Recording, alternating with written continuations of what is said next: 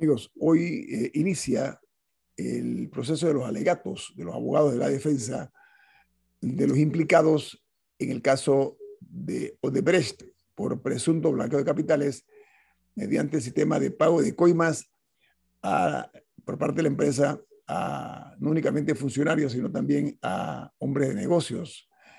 Esto trae como consecuencia entonces que se entra en otro terreno, un terreno, por cierto, de alguna forma medio árido y sobre todo desconocido.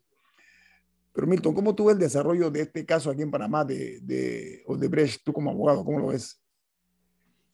No le he estado siguiendo la pista a estas audiencias más allá de lo que sale en las redes, en tweets, cosas así, que bueno, a uno le llegan y uno lo lee. Creo que el sistema judicial panameño tiene demasiadas portezuelas por donde se escapan los que no quieren que se haga justicia. Hay todo tipo de tácticas dilatorias.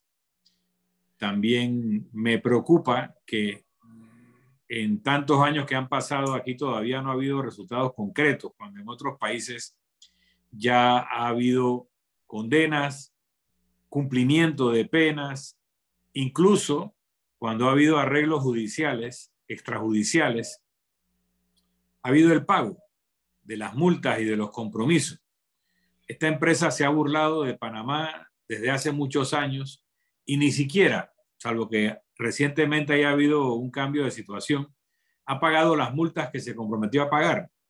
Y aún en ese caso, lo que recuerdo de la cifra de las multas, unas decenas de millones de dólares, con lo que estamos oyendo, que es la magnitud de los sobornos pagados, no parece que la empresa ni siquiera haya pagado una suma similar al perjuicio patrimonial que ellos mismos reconocen haber causado al haber pagado un 20% de soborno sobre la facturación. Se habla de 200 millones. De la que se habla son 8 millones de dólares. Estamos hablando de 1.600 millones de dólares en coima, que no se saldan con 80 ni 100 millones de dólares en multa. Hemos sido muy benignos, me refiero a los panameños, a través de nuestros operadores de justicia, casi que es un pequeño, una porción muy baja en comparación, como dices tú, con lo que se ha declarado que pagó Odebrecht aquí en Panamá. Y a pesar de eso, Milton, como tú bien dices, no están cumpliendo con ese compromiso. ¿Qué es lo que cabe en ese sentido de tu punto de vista, Milton? Bueno, una sociedad vigilante, funcionarios valientes que no solo se les deje actuar, sino que los cuidemos y los protejamos, aquellos valientes que quieren llevar adelante el tema de la justicia. Realmente plantearnos que hay que revisar el ordenamiento jurídico que ha sido impregnado de toda esta serie de mecanismos dilatorios que los abogados utilizan, no solo en este proceso, hay muchos procesos de índole civil, demandas por calumnia y cosas así, que llevan 15 y 20 años sin resolverse. Entonces, hay una serie de mecanismos en la ley que impiden la justicia oportuna y se nos enseña en la Facultad de Derecho que la justicia tardía no es justicia. Así que ojalá este caso nos obligue a revisar todo el sistema del procedimiento judicial para garantizar que si alguien es acusado de algo que no es una acusación temeraria, pueda presentarse ante un juez, se determine si corresponde hacer un proceso, se haga el proceso y se determine si hay o no responsabilidad. Y si no hay responsabilidad ante una acusación falsa o temeraria, haya consecuencias contra los acusadores que hacen este tipo de acusaciones que no tienen sustento, pero que si en efecto está sustentada la acusación y demostrada en un proceso, entonces que se condena a las personas. Pero mira, en este caso, Milton, los fiscales se han caracterizado, sobre todo las mujeres, se han caracterizado muy firmes en su postura. Por ejemplo, ayer la fiscal Ruth Morcillo dijo, la cito, abro comillas, solo el expresidente Ricardo Martinelli tenía el poder económico, político y social para permitir la operación de empresa Odebrecht y operar una estructura que permitió realizar obras con sobrecostos, dijo la señora fiscal. Y añadió que sus hijos, Ricardo Alberto y Luis Enrique Martinelli Linares, y sus ministros eran sus mayores lobistas, o sea, lo que hacían lobby, es lo que dice la fiscal Murillo, y ya debe saber por qué lo está argumentando. Dice que también se registra las declaraciones de un imputado de nombre Freddy Barco Vera, que le dijo a los fiscales que el dinero se entregaba en efectivo para no revelar a sus beneficiarios finales. Este proceso está tocando grandes obras realizadas en Panamá, millonarias, multimillonarias, como el Metro de Panamá. Han surgido nombres que no he visto en los medios de comunicación, eso me preocupa, que no se menciona algunas personas, y no quiero pensar, y en este sentido quiero ponerlo muy claro, que aquí se pretenda ocultar nombres de personas, que nada más se mencionan algunos nombres de ciertas personas, pero no el de todos, lo que se han mencionado en este caso. Pero hay un fiscal que se llama Pero Mahmoud. cuando dice que se han mencionado, ¿te refieres a la lista de imputados o gente más allá de eso? Gente nueva que ha surgido, que han recibido supuestamente coimas o presuntamente han recibido coimas en este país. Los nombres yo los he escuchado en la transmisión, pero no han sido recogidos por los medios. Y eso podría incluso en peligro la credibilidad de los medios en nuestro país, y eso me preocupa mucho. Si hay selectividad en el señalamiento de quiénes son los que han recibido coimas, porque hay uno que dijo, bueno, mi empresa sí recibió, pero y entonces FSC dice no. Él dijo que el dinero se lo diéramos en efectivo a él en una compañía que él tiene allá en Europa. Eso lo dijo. Después voy a hablar, voy a conseguir más información para decirle de quién se trata, porque ese tipo de complicidad me parece peligroso. Continúo. Hay un fiscal que se llama Mahmoud David Hassan. Él se refirió a la declaración de un señor que se llama Joao Santana y su esposa. Ambos eran los que manejaban la publicidad aquí por parte de Odebrecht y manejaron la campaña del candidato de Cambio Democrático, José Domingo Arias. El fiscal señaló, se refirió a esta declaración jurada de Joao Santana que dio en Brasil, que dice que habían pactado un contrato con constructora de Odebrecht por $21 millones para la campaña de José Domingo Arias cuando el Cambio Democrático aspiraba a ganar las elecciones del año 2024. Milton, esa es una declaración... ¿La de 2014 o...? 14, donde perdió Cambio Democrático. Milton, esa es un señalamiento que es digno de ser comentado. O sea, $21 millones en una campaña aportado por un contratista del Estado. Me parece un exceso, Milton y Camila. Bueno, exceso en financiamiento privado ha habido por mucho tiempo en Panamá y no, por eso en este programa... No, uno solo 21 millones, me parece, no sé. Sí, no, definitivamente, y se sentían. Todos recordamos el nivel de publicidad y de pancartas y el bombardeo de mensajes. Pero hago un paréntesis para decir que en este programa por mucho tiempo hemos abogado por financiamiento público electoral. ¿Ah? Exclusivo. Ajá, financiamiento público exclusivo. Solamente, sí, exactamente. Que el dinero para las campañas provenga exclusivamente del Estado. Nada más quería acotar eso que yo quiero complementar. Toma nota, Ñito y Camila, tomen nota, que lo que aparentemente cobraba el señor Joao Santana y su esposa eran sus honorarios. Este no es el costo de la campaña. Ese no es el presupuesto que se gastaron en medios de comunicación social, ni en vallas, ni en otras cosas. Esos eran los honorarios que cobraba Joao Santana con alguno que otro gasto de algunas investigaciones que tuviera que hacer a nivel de focus group o de encuestas, pero miren la magnitud de eso. Entonces, amarrando a lo que hemos dicho históricamente y que Camila ha recogido, yo no solo creo que tiene que haber un financiamiento exclusivo estatal, sino que a mí me parece pernicioso el tener asesores extranjeros en campañas locales. Y voy a explicarme. Yo conozco a asesores extranjeros y he trabajado campañas con asesores extranjeros, algunos muy conocedores, muy correctos. Pero el señor Santana y otro señor venezolano, creo que apellido Rendón, son personas perversas que hacen todo tipo de campañas sucias, todo tipo de movidas, incluyendo los falsos autoatentados y cosas así que están en su trayectoria, que hacen cualquier cosa para que su candidato gane independientemente de que esas cosas acaben destruyendo el tejido social de los países e impidan una reconciliación post-campaña.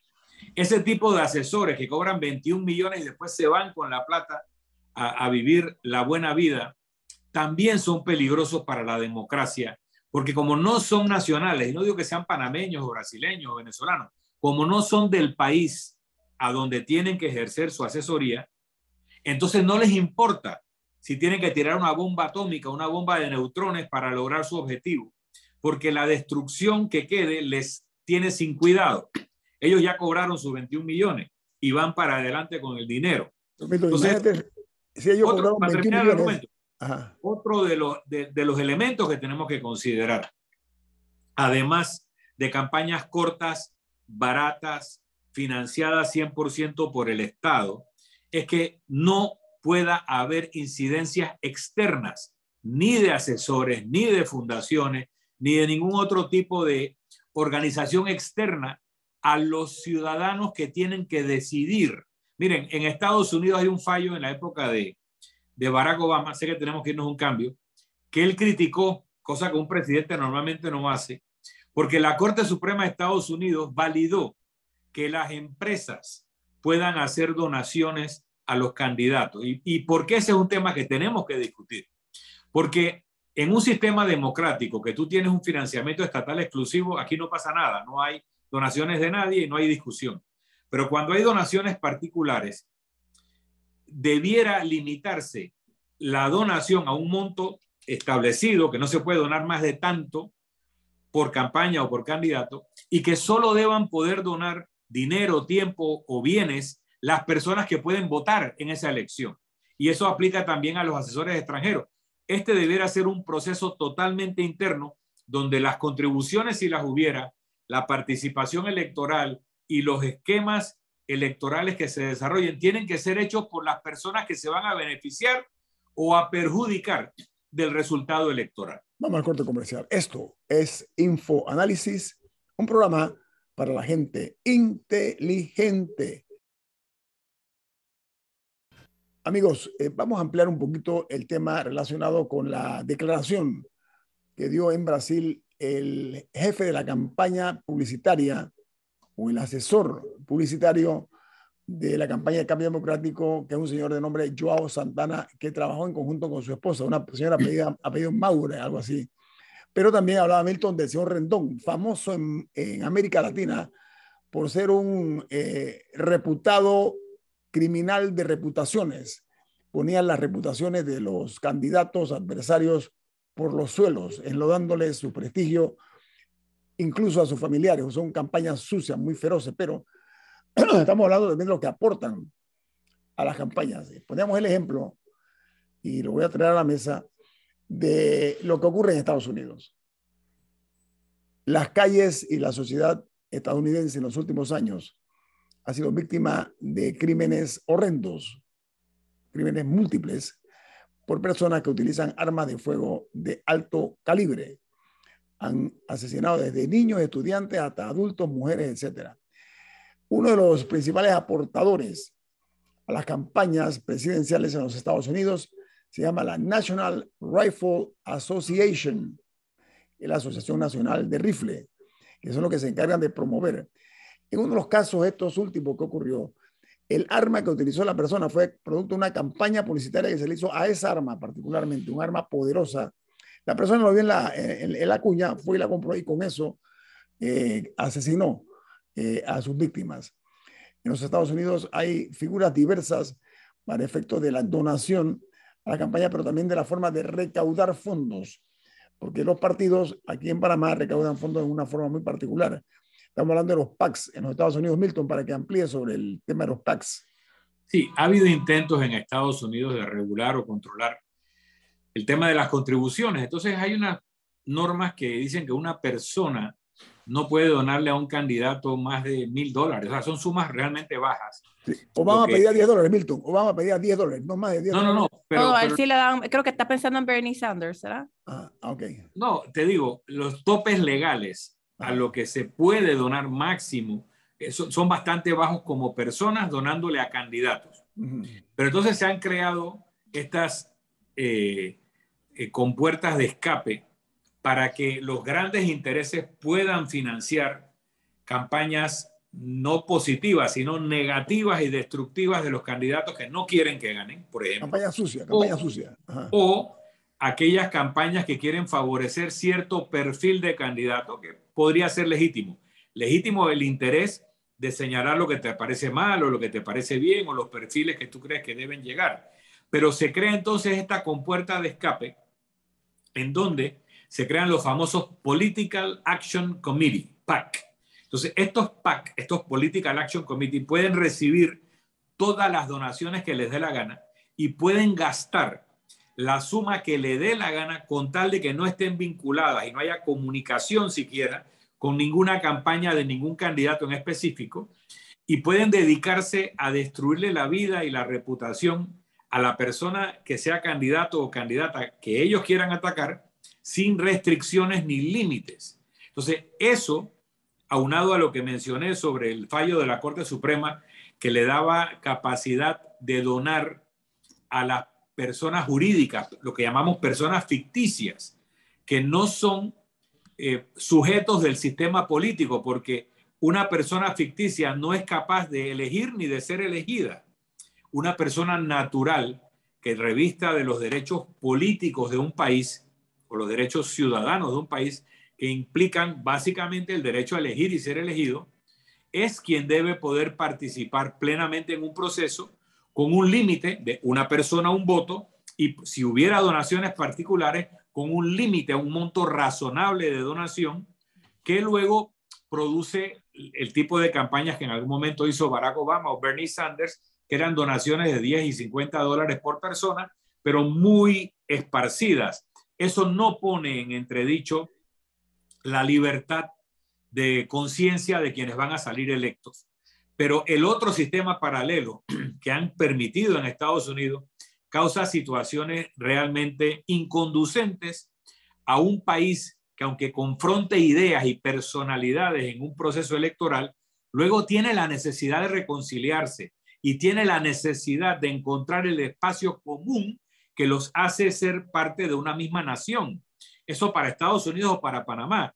Tenemos que tener un sistema político electoral que, por más vigorosa que sean las campañas, por más intensos que sean los argumentos, luego de pasada la campaña que hace relación al concepto militar de campaña, de guerra, de combate, podamos entonces entendernos y seguir construyendo un país para todos y todas, si queremos usar los términos modernos, y no solo para aquellos que ganaron porque recibieron la mayoría de los votos. Entonces, ese tipo de sistema de puertas de escape y de financiamiento ilimitado, y sobre todo aquellos que invitan a las campañas negativas y a las campañas sucias. Hay gente que hace la diferencia entre una campaña negativa y una campaña sucia, y la hay, pero aquello que fomenta ese tipo de campañas fomenta la polarización que estamos viviendo en nuestros países, que destruye el centro político y solamente le da validez en los procesos a los personajes más extremistas. Y tenemos que revisar esos sistemas nosotros también. Camila. No, yo quería comentar otro tema. No sé si alguien más tiene un comentario sobre el financiamiento electoral. No, nada más quiero hacer algo adicional. Es harto conocido que en nuestro país grandes empresas aportan a los partidos, generalmente a los tres con mayores posibilidades.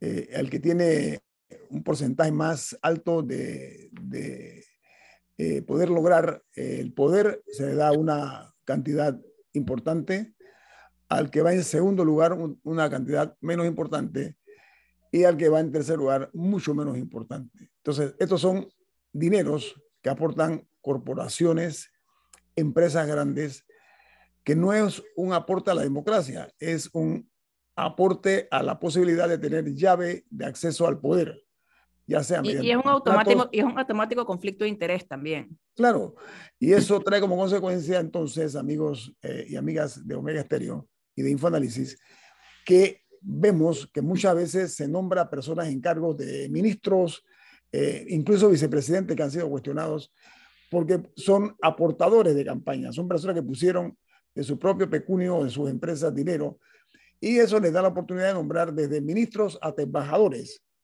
y también a miembros de juntas directivas de diferentes instituciones. Ese tipo de situaciones son exactamente lo que lastiman la posibilidad de tener mejores gobiernos, porque lo que se hace es que se invierte para después redituar en beneficios de otra naturaleza, porque generalmente los contratos que consiguen y persiguen van muy por encima de lo que aportaron en su momento. Hay que decirlo también, no podemos omitir una cosa de esa naturaleza. Camila, diga. Bueno, el tema que quería traer a la mesa es la solicitud por parte de los representantes de corregimiento que para el presupuesto 2023 que se les aumente el salario $1,000. El salario de ellos actualmente y el cual ellos conocían a la hora de postularse. Sí, se congeló la señal. A partir del 2023. Ajá, correcto.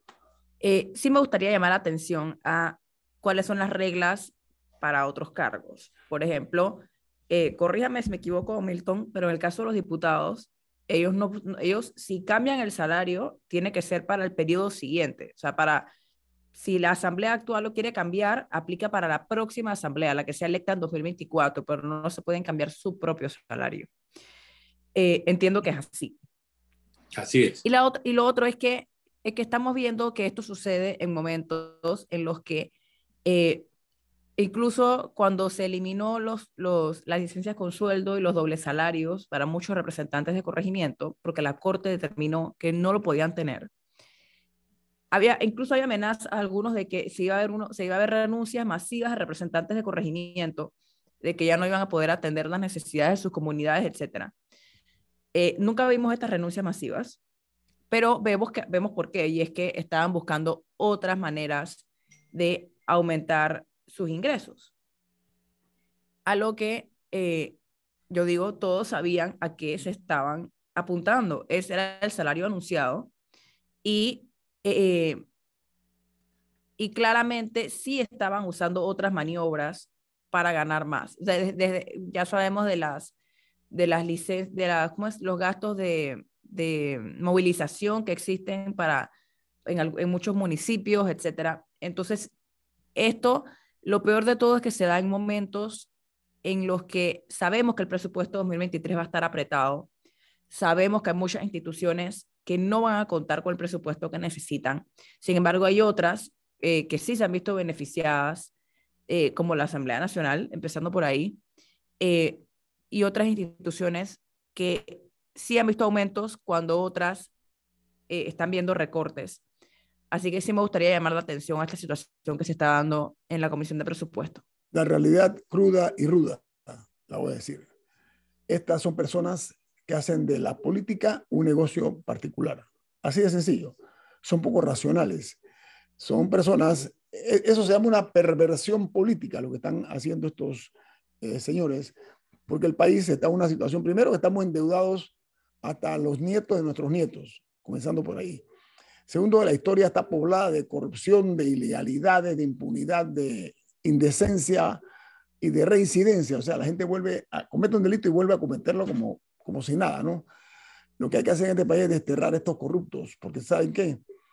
Hay mucha gente sin empleo hoy, más que ayer, mientras otros están teniendo la oportunidad de contar con 2 empleos dentro de el esquema de gobierno, dentro de lo que es la cosa pública. Entonces, es un desafío romper con ese ciclo multidimensional que es la corrupción mediante el uso inapropiado de los dineros de todos los panameños.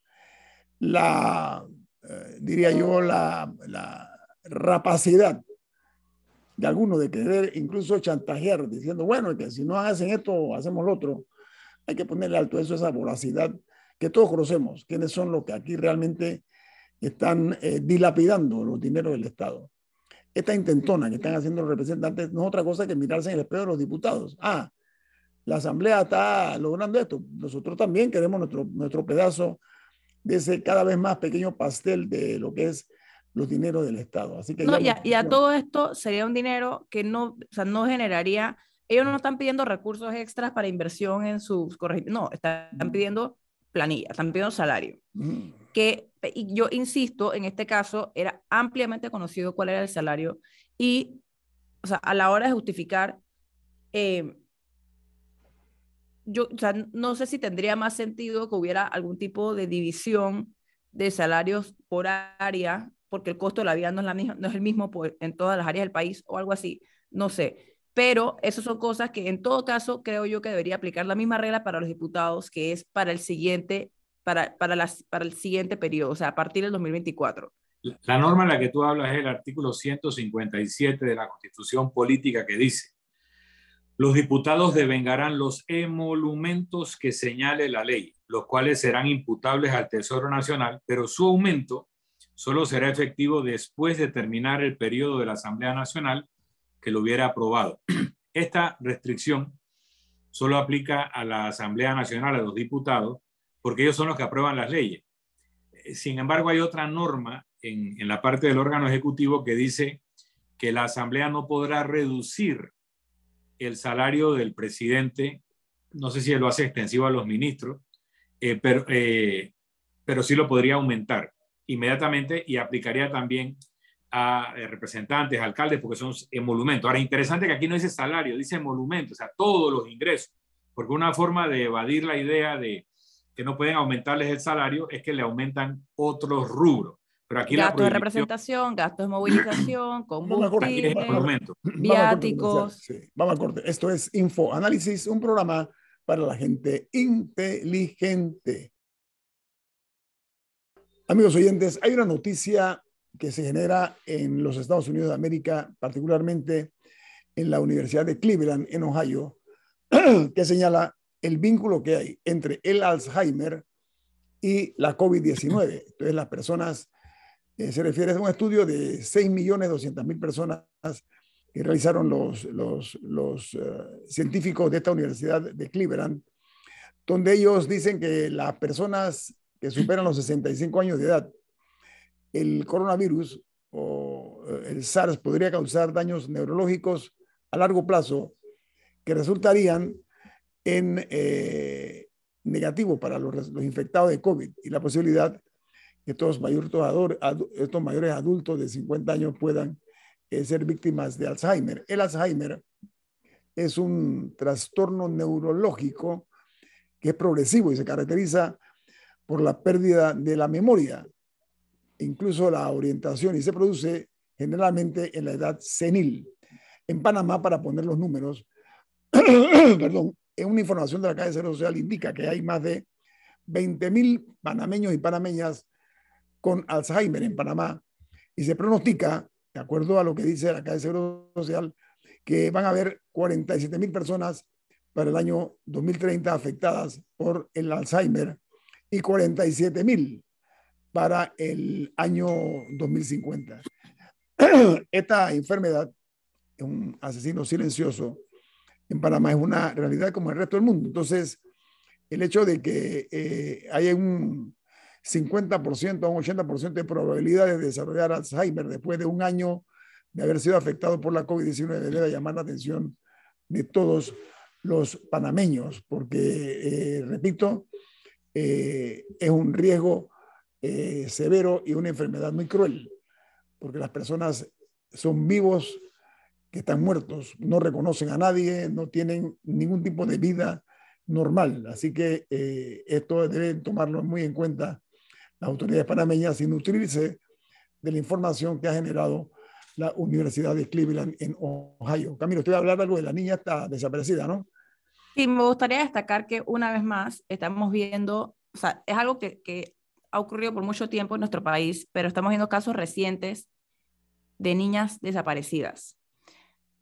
Ayer una de ellas fue encontrada, pero entiendo que todavía hay una de 13 años que está desaparecida. Y lamentablemente cuando estas cosas suceden en redes sociales, mucha gente se pone a comentar que es que andan con novios por ahí o otro tipo de comentarios desafortunados. Pero me gustaría destacar que cuando se da este tipo de casos, si sucede que fue que la niña o niño se evadió de casa me parece importante, que no desconozco si es el caso con algunos de los recientes, pero cuando es así, me parece importante que se hable de investigar qué es lo que está pasando en esos hogares también. O sea, que no es un tema nada más que regresan al menor de edad. Y bueno, ya se encontró, las autoridades cumplieron y los depositan de regreso, porque ha habido casos en el pasado, y recuerdo algunos del último año, en los que eran menores de edad que varias veces se habían escapado de casa. Y eso, para mí, sin estar involucrado en los casos específicos, o sea, es indicio de que hay algo sucediendo en esos hogares. Pero me gustaría destacar la importancia de la protección de la niñez en nuestro país. Yo lo he dicho muchas veces, la niñez en nuestro país vive desprotegida. Y sea por agresores específicos, o sea, personas que se dedican a hacerles daño, o también a la ausencia de los padres, en parte por los diseños de nuestras ciudades. Eso también es una especie de desprotección. Padres que no por ser negligentes, sino porque tienen que ir a trabajar, y además de las 8 horas de trabajo se la pasan 3 en tranque, la ida, 3 en tranque, la vuelta.